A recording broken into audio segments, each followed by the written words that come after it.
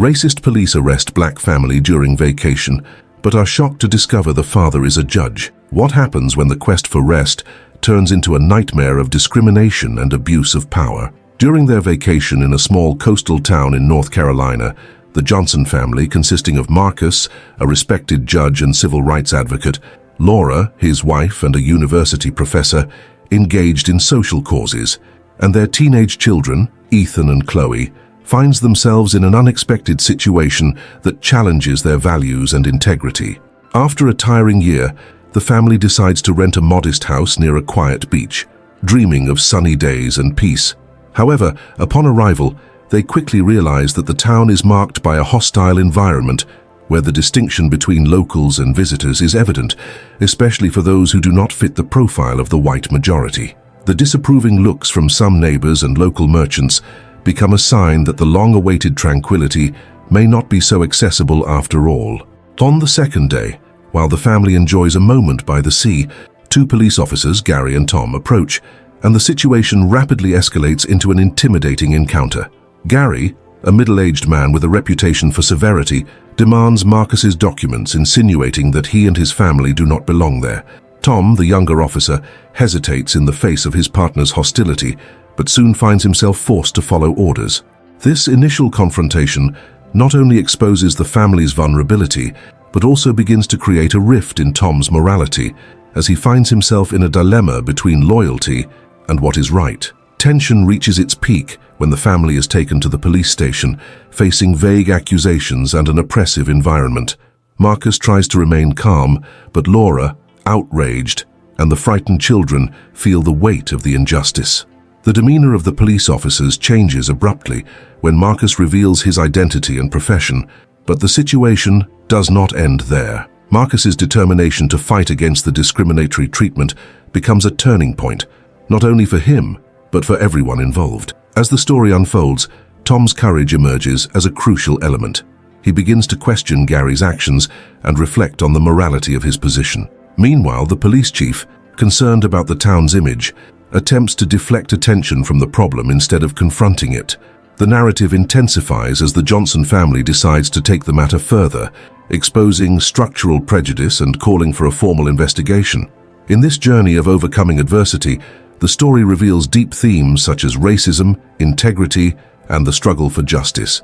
Tom's transformation from a submissive officer to a witness against his superior represents the internal struggle each individual faces within the system. Marcus's determination to seek justice not only impacts his life, but also provokes a collective reflection on morality and the need for change in a society marked by prejudice. The quest for truth and justice becomes a life lesson, demonstrating that, even amid fear and adversity, courage can illuminate the path to a more just future. Tension hung in the air as the Johnson family was taken to the police station. Marcus, the respected judge, felt pressure mounting in his chest. He tried to take deep breaths, but the injustice of the situation left him anguished. Laura, his wife, surveyed the oppressive environment around her, restless and indignant, while Ethan and Chloe, their teenage children, exchanged looks of fear and confusion. What should have been a period of rest now felt like a nightmare. Officers Gary and Tom led them to a cold room, with bare walls and a metal table in the center. As Gary asked harsh questions, Tom remained silent, his expression confused. He tried to understand why the approach had been so aggressive. The young officer had grown up in a different town where diversity was celebrated. Now he found himself caught between loyalty to his partner and growing doubt about the injustice he was witnessing. Marcus, at his core, was a fighter. He had always believed that justice was a fundamental pillar of society. However, in that moment he felt powerless.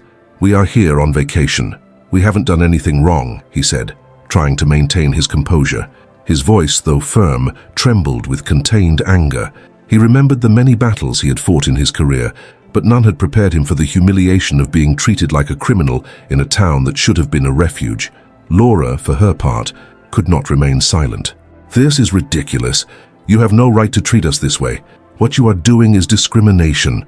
Her words echoed through the room, and indignation overflowed in every syllable. She had always been a passionate advocate for social causes, and now she found herself facing a system that seemed completely broken. Meanwhile, Ethan and Chloe looked at each other, feeling the weight of the situation. Ethan, a teenager who had always valued justice, was in shock. He had never seen his parents in such a vulnerable position. Chloe, younger and even more impressionable, felt the sadness of the moment. This was not the vacation experience they had imagined. Outside, the police chief, a robust man named Miller, began to worry. He knew that the situation could escalate. The town, already marked by prejudice, did not need another stain on its reputation. Miller was more interested in protecting the town's image than in seeking the truth. He sent a warning to Gary to control the situation, but the older officer did not seem willing to back down.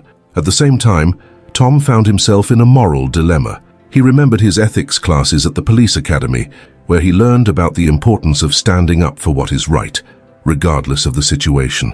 Now he wondered if he could remain silent in the face of such evident injustice.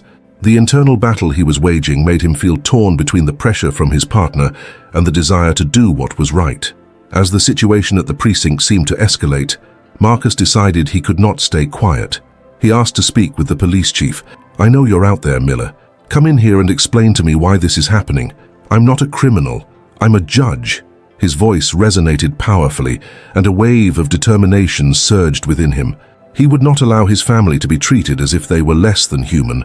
Marcus's boldness surprised Tom, who began to realize that perhaps it was time to take a stand. He looked at Gary, who was growing increasingly irritated, and felt a wave of courage. "Gary, this isn't right. We need to treat these people with respect." His voice, though hesitant, carried a weight that seemed to challenge his partner's authority. The atmosphere in the room shifted. Gary, who until then had felt secure in his aggressive approach, began to lose confidence. He turned to Tom with an expression of anger and confusion. The tension was rising, and the divide between the two officers was becoming more evident. Tom knew he could no longer remain silent. He remembered what his father always said: "Doing the right thing isn't always easy, but it is always necessary." Before we continue with this gripping story, take a moment to subscribe to the channel so you don't miss any stories, and let us know which city you're watching this video from in the comments. Meanwhile, in the room, the Johnson family felt the pressure intensifying, but also a spark of hope. They realized they were not alone, that there was someone else questioning the injustice.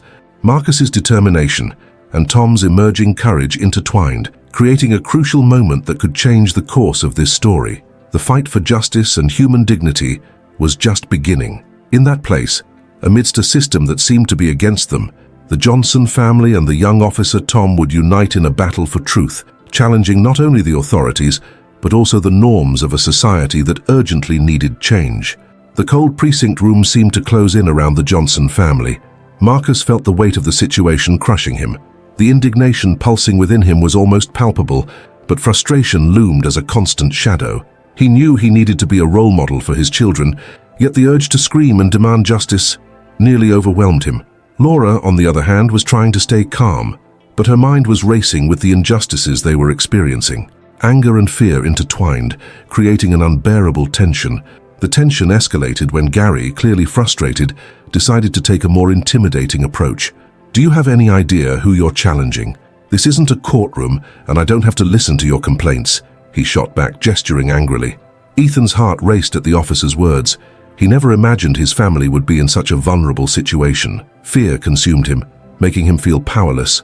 Chloe, still not grasping the severity of what was happening, looked at her parents with wide eyes, trying to process the reality. Tom observed everything, his heart heavy with growing disillusionment. He no longer recognized the officer he was becoming. The image he had of Gary as a mentor was fading. The tension in the room was oppressive, and he felt he needed to act. "Gary, this isn't what we learned. We need to be fair," he attempted to argue, but his voice sounded weak in the face of his partner's fury. Gary's response was quick and cutting. "You don't understand. They're not like us. They don't care about the law." The statement made him tremble.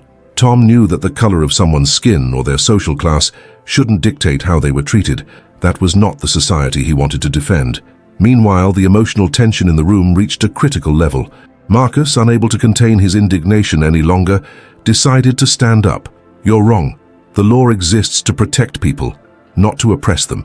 We're here because we are law-abiding citizens, and you're treating us like criminals." The echo of his words reverberated in the room, and he saw a flicker of doubt in Tom's eyes. Laura, realizing the situation was deteriorating, tried to maintain her composure. "We need a lawyer. This is a mistake. Let's get out of here and show the truth," she insisted. But Gary's voice imposed itself again. "If you don't shut up, I'll have to consider detention for disobedience." The tension felt uncontrollable. The idea that they could be detained for something so absurd put everyone on high alert. Ethan felt his stomach churn.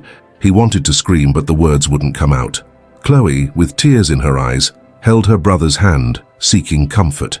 Tom, however, felt the pressure intensifying. He was determined to do the right thing, but the fear of losing his job and loyalty to Gary held him back. The internal struggle was intense, and he wondered if his desire for justice was strong enough to confront the injustice he saw before his eyes. He was not just fighting for the Johnson family, but also for his own integrity. When Gary approached Marcus in a menacing way, Tom finally found the necessary courage. "Gary, this isn't right. We need a moment to breathe. Let's call the police chief and he can clarify this. We're all human here," Tom said, his voice now firmer but his heart pounding with nervousness. Tension was rising, and the room seemed to be at a breaking point. Marcus's eyes lit up upon hearing Tom's unexpected support. He realized there was a chance, however small, that someone within that system could understand the injustice they were facing.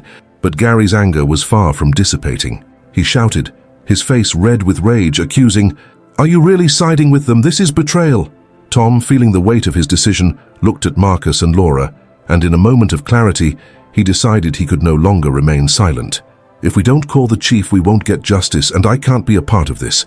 He turned to Gary, his determination now unshakable. "I won't let you treat these people this way." The tension culminated in a heavy silence. Tom had chosen his side, and doubt now hovered over Gary. For the Johnson family, that moment represented hope for a different outcome, but also fear of what might happen next. The fight for justice was only beginning, and with each obstacle that arose, Marcus's determination and Tom's desire to do the right thing intertwined, promising that the battle was far from over. The tension in the police station was almost unbearable. The heavy air, laden with fear and indignation, seemed to pulse with every breath. When Tom decided to side with the Johnson family, he had no idea what he was about to unleash. The act of courage was a thin line separating him from Gary, his longtime partner and friend. The challenging look Gary shot at Tom was a mix of surprise and fury, and everyone in the room felt the shift in atmosphere. Marcus, who until then felt powerless, saw a glimmer of hope shine with Tom's stance. The strength radiating from him was contagious, and for a brief moment the Johnson family felt less alone. But Gary's anger only intensified, and the possibility of a confrontation became increasingly real. "Do you really think this is right? You're risking your career for them," Gary yelled, his voice echoing in the silent room. Desperation was clear in his tone, and the tension between the two officers felt electric. Tom, taking a deep breath, realized he was at a point of no return. He looked into Marcus's eyes, which were on the brink of emotional collapse, and saw the frustration and pain. "I can't stay silent, Gary. This isn't justice," Tom replied, his voice firm, though his heart raced wildly. It was at that moment that the door swung open abruptly, and the police chief, a middle-aged woman with an imposing presence, walked in. Her assessing gaze swept across the room, noting the palpable tension. "What's going on here?" she demanded, her authoritative voice cutting through the silence. Surprised, Gary tried to regain his composure. "We're just resolving a misunderstanding, Chief. It's nothing serious." But his voice lacked the confidence it had before. The police chief's presence seemed to have an immediate effect, and the tension began to dissipate, though the situation was still far from resolved. "If it's nothing serious, why is the atmosphere so charged?" The chief fixed her gaze on Gary, challenging him to respond. The room fell into a tense silence, and everyone could feel that the moment was decisive. It was then that Marcus decided to seize the opportunity. He stepped forward, his voice trembling but filled with determination. "We're here because we've been treated unjustly.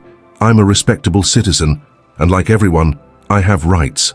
We cannot be treated like criminals just because of the color of our skin." His words, fervent and full of emotion, echoed in the room, and the police chief seemed to notice the desperation and truth in his statement. Her expression changed, and she looked at Tom, who stood determined. "Tom, do you have something to say?" She seemed to be waiting for a response, as if she knew he held the key to understanding what was really happening. Tom took a deep breath, feeling the weight of responsibility. "I can't stay silent in the face of injustice. Gary is wrong. We swore to protect and serve, but that doesn't include intimidating innocent people." The sincerity of his words resonated in the room, and a wave of tension shifted, replaced by a feeling of shared determination.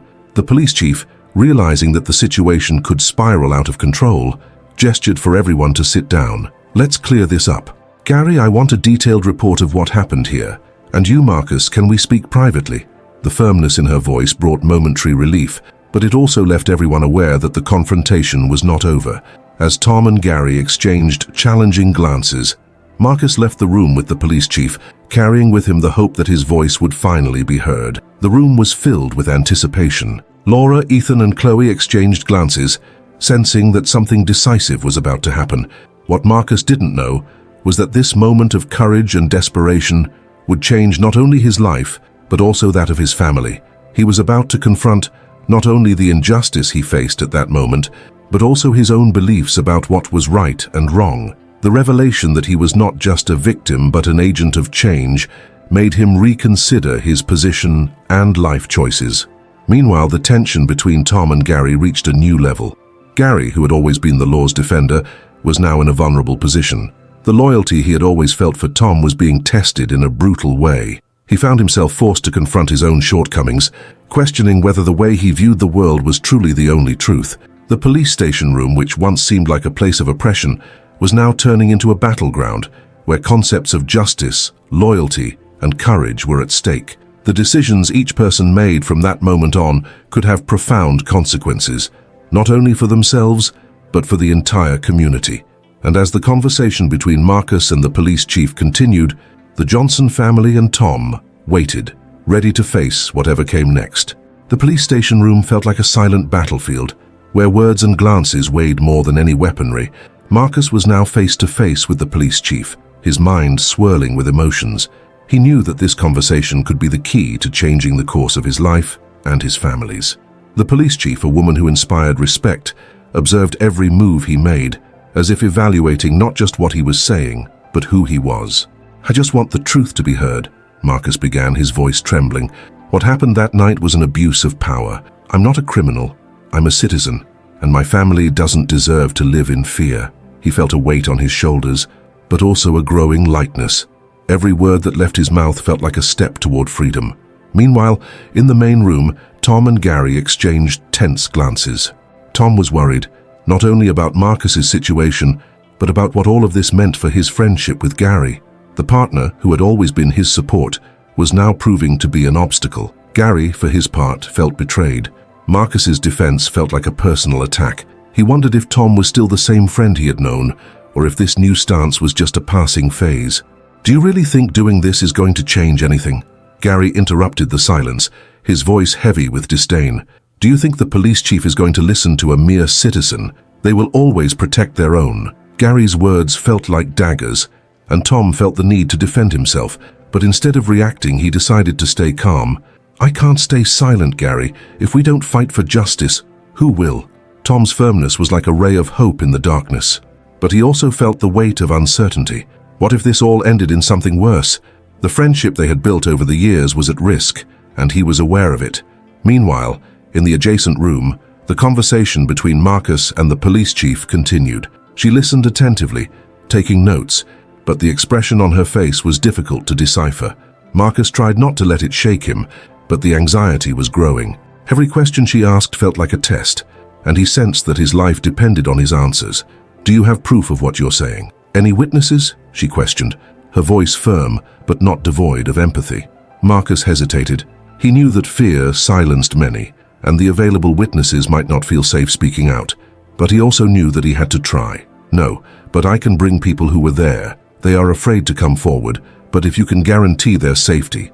The sentence hung in the air, and the police chief seemed to ponder it. Marcus felt he was making progress, but the fear of failure paralyzed him. In the main room, the tension escalated. Gary, still standing, shook his head in disbelief. "Do you really think you're doing the right thing? You're putting everything at risk for them." Gary's words echoed his own doubts, and Tom found himself battling his own uncertainty. "And what if we do nothing? What if we stay silent? That will only perpetuate the cycle of violence and injustice," Tom replied, his voice rising now. The room seemed to vibrate with the intensity of the moment, and the Johnson family, waiting anxiously, felt that something was about to change. Back in the room with the police chief, Marcus was starting to feel a new drive. He remembered his daughter, Chloe, and how he had always taught her to fight for what was right.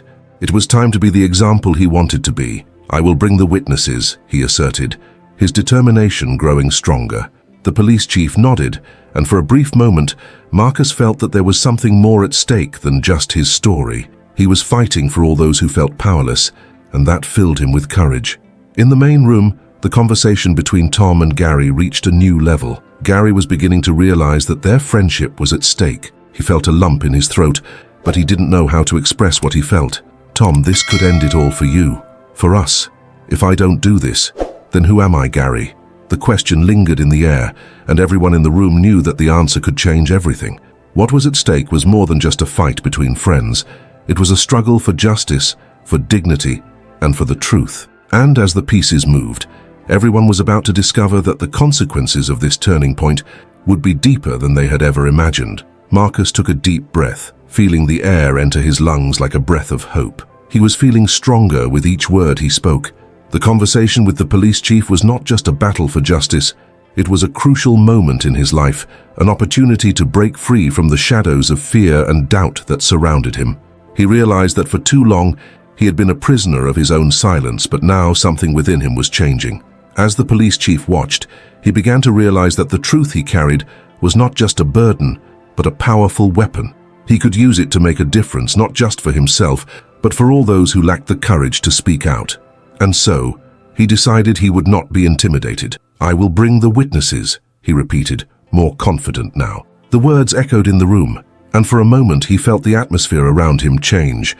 The police chief paused, and Marcus noticed a slight nod of approval in her gaze. With his heart racing, Marcus left the room, determined to seek those who could join him in this fight. He knew the challenges he would face ahead would be enormous. There was a world of fear and mistrust surrounding him, but he was willing to confront it. He began to think of his daughter, Chloe, and how he wanted her to see a father who fought for justice. This gave him the strength he needed to move forward. In the main room, the tension between Tom and Gary continued to rise. Tom felt the weight of the decision he had made. He knew that supporting Marcus could have drastic consequences, but he also knew that staying silent would be a kind of betrayal. He remembered how he had always admired those who stood up against injustice, and now he wanted to be one of them. What was at stake was much greater than just their friendship. It was about what was right and just. Gary, on the other hand, struggled with his own insecurities. He felt torn between loyalty to Tom and concern for the repercussions that this stance might bring. "Tom, it's not just about you and Marcus. Hey, it's about all of us. What if this ends badly?" The worry in his voice was palpable, but Tom was determined not to back down. "And what if this ends well? What if we manage to change something?" Tom's question was a direct blow. Gary hesitated, confronting his own fears. He realized that true friendship wasn't just about supporting each other in easy times, but also having the courage to face challenges together. Meanwhile, Marcus was on the streets, looking for people who could help tell his story. He visited neighbors, friends, and even strangers who were willing to listen. Each conversation he had was a new battle, but at the same time, it was a form of liberation. He began to realize that by sharing his pain and fear, he was also making space for others to do the same. He was not alone. There was an entire community willing to fight by his side. Throughout the week, he managed to gather a small group of people willing to speak. Each of them had a story of fear, abuse, and injustice. Together, they formed a support network that grew every day. Marcus realized that courage was not the absence of fear, but the willingness to act in spite of it, and that transformed him. Back at the police station, when Marcus returned to meet with the police chief, he was no longer just a man seeking justice. He was now a leader, someone who had found his voice and was willing to use it. The police chief looked at him with a new expression of respect. "Did you bring the witnesses?" she asked. Marcus smiled, a smile full of hope and determination. "Yes, and they are ready to speak."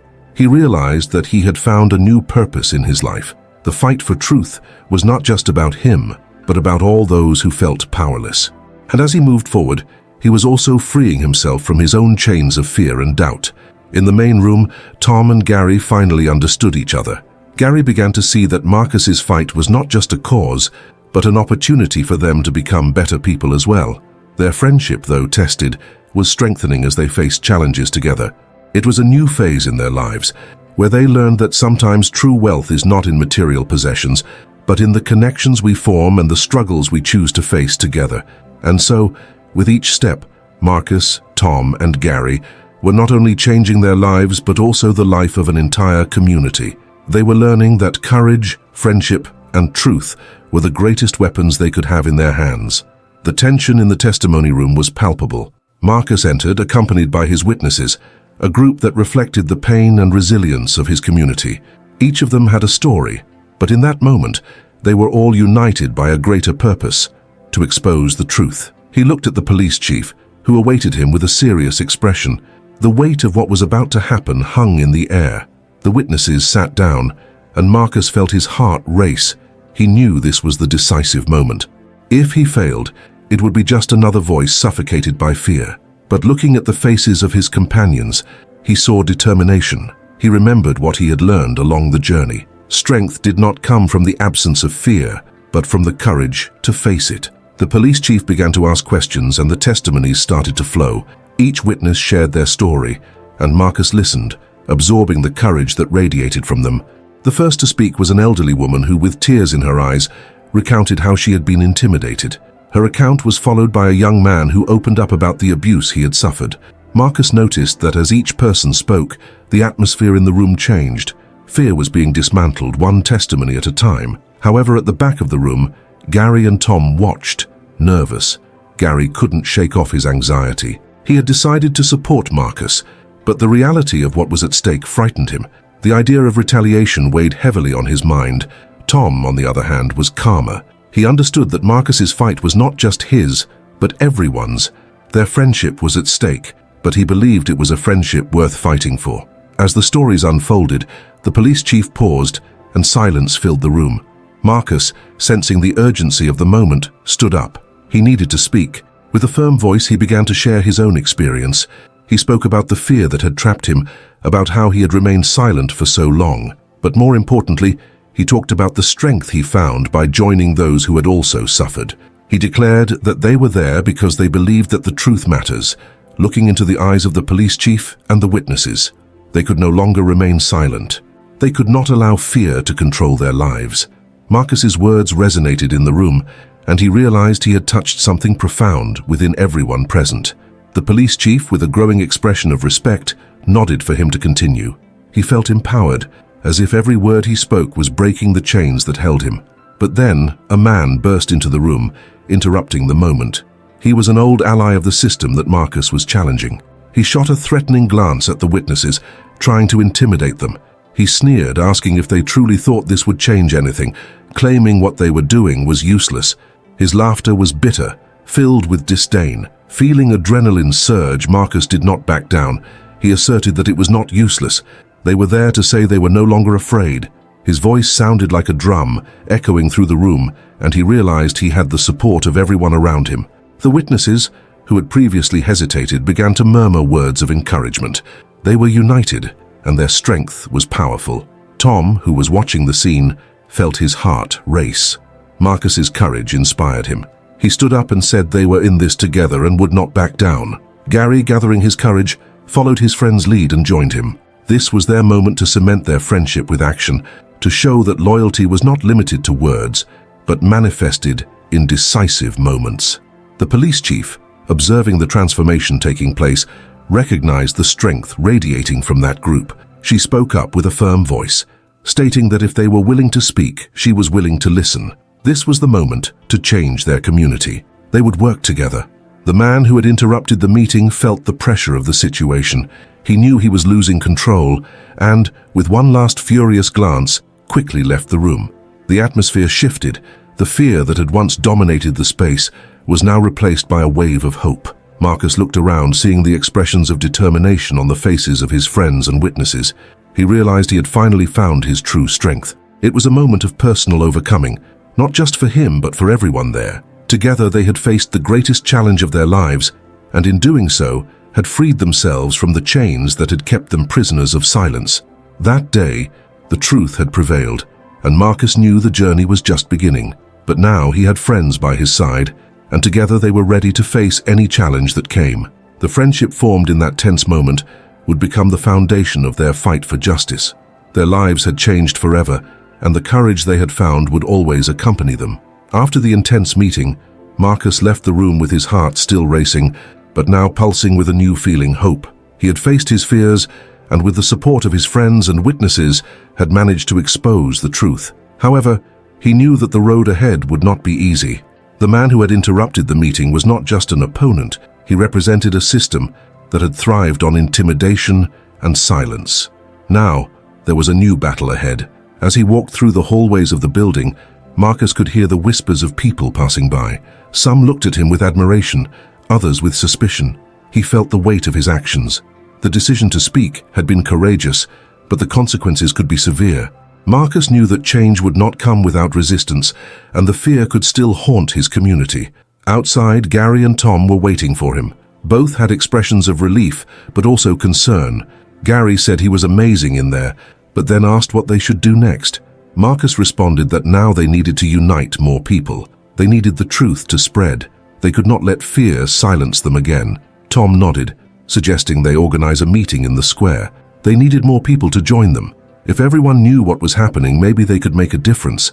The next day, the small community square was full of life. People began to gather, drawn by rumors that Marcus and his friends were organizing a meeting. He climbed onto a makeshift platform, his heart pounding in his chest. As he looked at the crowd, he realized he was not alone. This was the strength of the community, and they were willing to fight. After sharing his experience and the importance of coming together, Marcus invited the witnesses to share their stories again. Each account resonated like an echo of courage, and the atmosphere became electric. People began to hug, support one another, and promise not to remain silent again.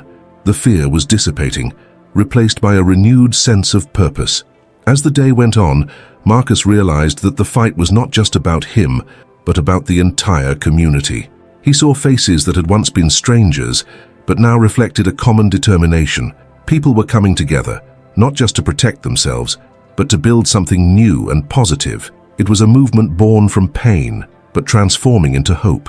In the days that followed, the repercussions of the meeting spread quickly. More people joined the cause, and social media began to amplify the voices that had previously been silenced. Marcus started receiving messages of support from people he had never met, and this gave him more strength. He decided it was time to act on higher levels as well, and he gathered with community leaders and activists. "We cannot stop now," he said during a meeting. "We need to make our voices heard in the spheres that really matter. We need a plan to move this forward and demand change." The police chief, who had supported Marcus from the beginning, also joined them. "I'm on your side," she affirmed. "We need to work together to ensure that the law is respected and that people feel safe to speak out." As days turned into weeks, Marcus began to feel the weight of the responsibilities he had chosen to take on. The nights were long and the pressure was intense, but he was not alone. Gary and Tom were always by his side, encouraging him and reminding him of what they were fighting for. "Remember, we are in this together," Gary said one night when Marcus seemed discouraged. "You don't have to carry this burden alone." Over time, the community began to see changes. Small victories were won, and the fear that had once dominated the lives of many began to dissipate. People started to feel safer reporting abuse and violence, and the atmosphere in the community was transforming. Marcus reflected on his own journey. He had started as a man paralyzed by fear, but he was now becoming a symbol of resistance. He learned that true strength came from unity and mutual support. His heart felt lighter, and he knew that regardless of the challenges still ahead, truth and courage would always prevail when people came together. In that moment, Marcus smiled at his friends and the community he now called family. The struggle was far from over, but together they were ready to face any storm that came their way. As time went on, the community continued to unite, and Marcus's actions echoed wherever he went. The courage that once seemed unreachable now pulsed in every corner of the square, in conversations between neighbors, and even in the glances that had once been filled with distrust. He had transformed not just into a leader, but into a symbol of hope and resistance. The small triumphs piled up. Reports of abuse began to be documented, and complaints were taken seriously. The police, under the chief's leadership, started to investigate cases that had previously been ignored. The system that had fed the fear was now facing a growing movement for justice. Marcus realized that by confronting his own fears, he had encouraged others to do the same. The stories that had once been whispers had now become shouts of determination. But the battle was not yet won. One day, Marcus received news that the man who had interrupted his meeting, one of the main sources of fear in the community, was trying to retaliate. He then knew he needed to act quickly. With Gary and Tom at his side, he organized a new meeting, but this time with a clear focus: the protection of the community. "We need to show that we are not afraid," Marcus asserted, his voice firm. "We need to unite to ensure that this person cannot continue to intimidate us." The community's response was impressive. They mobilized, and on the day of the meeting, a crowd gathered in the square, ready to stand up for themselves. As Marcus spoke, he felt a wave of strength and solidarity. He realized that revenge was not just an act of retribution, but a way to restore the collective dignity that had been taken from them. The collective courage culminated in a successful act of resistance. With the help of the police, they managed to gather enough evidence to confront the man who had caused so much suffering. The community came together in a peaceful but firm protest, demanding that justice be served.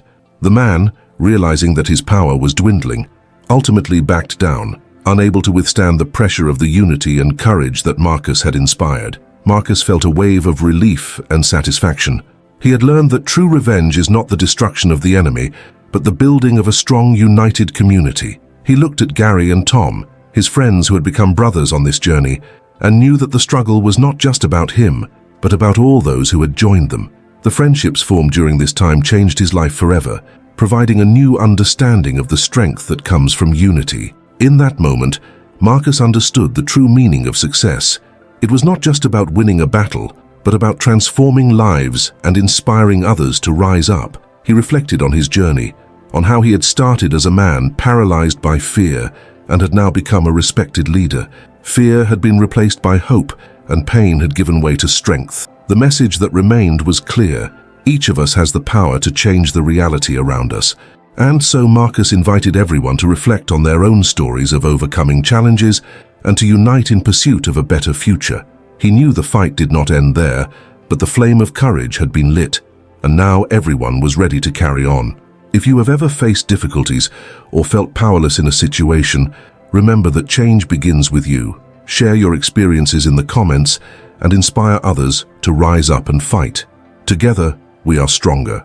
Don't forget to like and subscribe to the channel for more stories that can make a difference. The time to act is now.